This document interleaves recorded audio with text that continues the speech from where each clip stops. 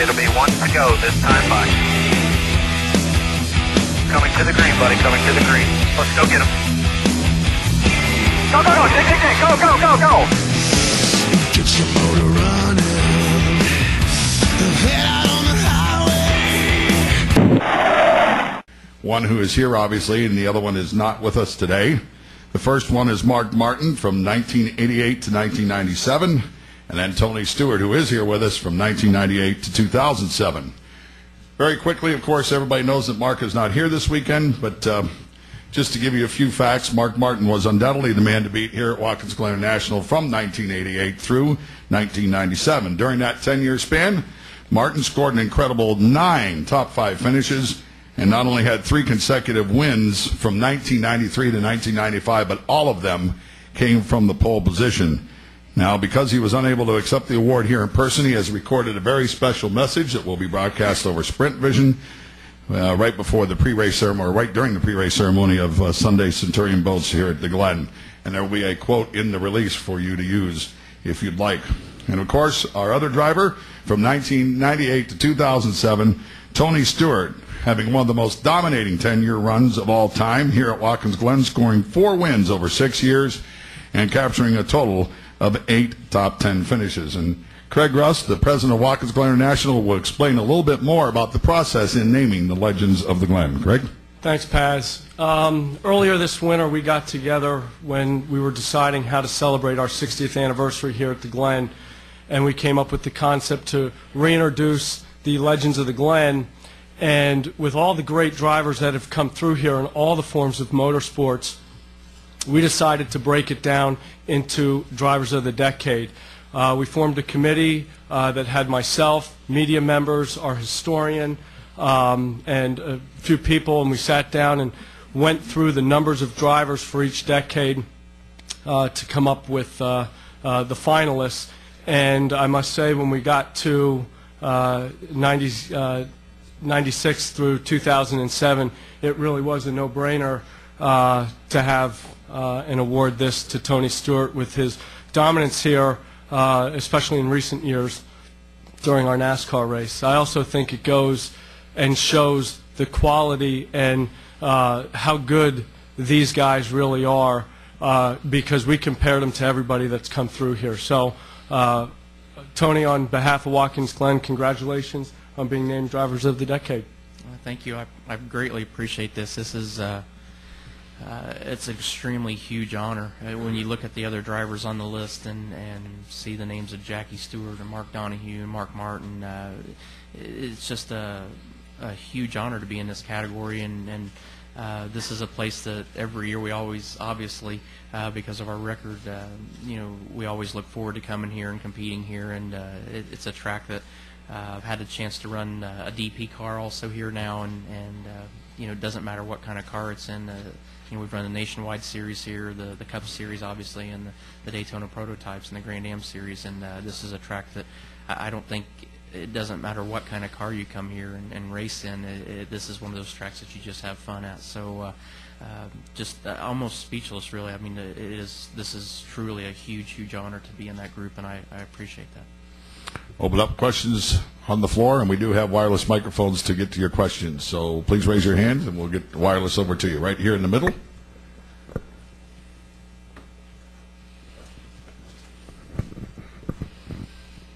Oh, you're waiting on me? Yes. Hey, Tony. You're the guy with the microphone. Well, there's a couple here. Hey, can you put into perspective the importance of bonus points heading into the chase? I know that you haven't won this year. A lot's been made of that, but this could be the week that Actually, you we grab. haven't even won at all this year in this series. But no, it's important, obviously. I mean, any points that you have starting ahead of anybody is a huge advantage, especially in a series that is this competitive and this tight each week. So, obviously, having those 10 bonus points per win, 1 point could be the difference between winning and not winning the championship. So if you got any bonus points at all going into the chase, those are very valuable. Bob? Tony, over here. Promise I won't say anything that'll make you want to lynch me either. When you ask fans and you ask riders about great drivers in NASCAR, your name and Jeff Gordon's come off everyone's lips right away, and they don't mention Jimmy Johnson. And maybe it's because he hasn't won on a road course. You've shown your prowess on it, and how important is it to have that line in your resume filled with a road course win? I think it's big. I mean, I think it shows versatility in a driver, and it doesn't mean that some of these guys that haven't won at road courses aren't versatile. But you know, having a string like we've had here and winning 4 out of the 9 years that I've been here, that's something that we're really proud of. I mean, batting 300 will get you in the Hall of Fame, and we're over 400 right now with being here at the Glen. So, you know, to be able to come here year after year and know that we're a factor every time that we come to this track, that's not something that we can say that we've been at all the tracks on the circuit. So this is probably in reality easily our strongest track on the circuit if you look at the numbers and the stats. So you know, to me though, it's going back to what you're saying. It's I think it's important just to show how versatile you are as a driver. I mean, obviously we don't get a chance to run dirt tracks or anything else during the season on the schedule, but guys that have been successful in this series over a long haul have been successful with the road courses also, and I think that's something that we take a lot of pride in. Kevin, mic right here. Microphone right here, please. Thank you. The first one for Craig. How important is it to give people that might not know too much about the history an opportunity to learn about the history through this program? And then for Tony, the last 10 years, what would have to be, in your mind, your best race or your best memory? Well, I think our history is very important. It's something we celebrate up here. It has defined this racetrack over the long haul. The number of drivers, the names of the drivers that have won here, that have competed here, I think is very important. When we brought NASCAR back here back in the 80s, it helped redefine this racetrack. If you look at Mark Martin and Tony winning this award against all the other series that compete here, I just think it solidifies us as a NASCAR track, and how well and how competitive this series is here. So I think it's important. Ask me mine again. I forgot.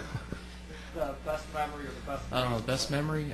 I honestly think last year was probably my most fond memory of a race here. I mean, it was just a classic battle between Jeff and myself, and you know, Jeff's history in the series has obviously spoke for itself, but I mean, the accomplishments he's had as a road course driver too are very strong. So you know, having that battle with him and it coming down to the last couple laps like that was a race that you know, obviously I'll remember the rest of my life. But you know, I think that and you know, being able to come in the only nationwide race that I ran here and qualify on the pole was a huge accomplishment. And the one DP race that I got to run here, you know, climbed in the car with no practice and started at the back of the DP field. That was pretty fun to work our way through there also. So you know, I think just about every year there's been a fond memory. I mean, even the year that we lost to Kevin Harvick and ran second was a fun race here. So you know, that they're all fun and they all mean a lot to you. Obviously,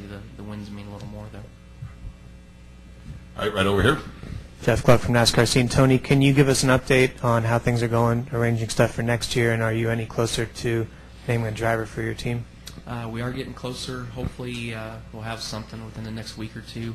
We're making progress. Obviously a lot of meetings with a lot of people right now are happening, but you know, a lot of meetings with sponsors and potential sponsors, and you know, sitting down internally with the organization as it sits now and just trying to figure out what we need to do to take the program to the next level. So I feel good about the progress right now in the short amount of time that we've been there. I feel like that you know, there's a renewed energy in the organization from everybody that I've talked to that they haven't seen there in a long time. So that in itself can really help an organization out, not only for next year, but continuing for the remainder of this year with both the 66 and 70 teams. So you know, hopefully those big variables and those big announcements of who the drivers are going to be and you know, what the crew chief situations and team manager situations are going to be will be answered real soon.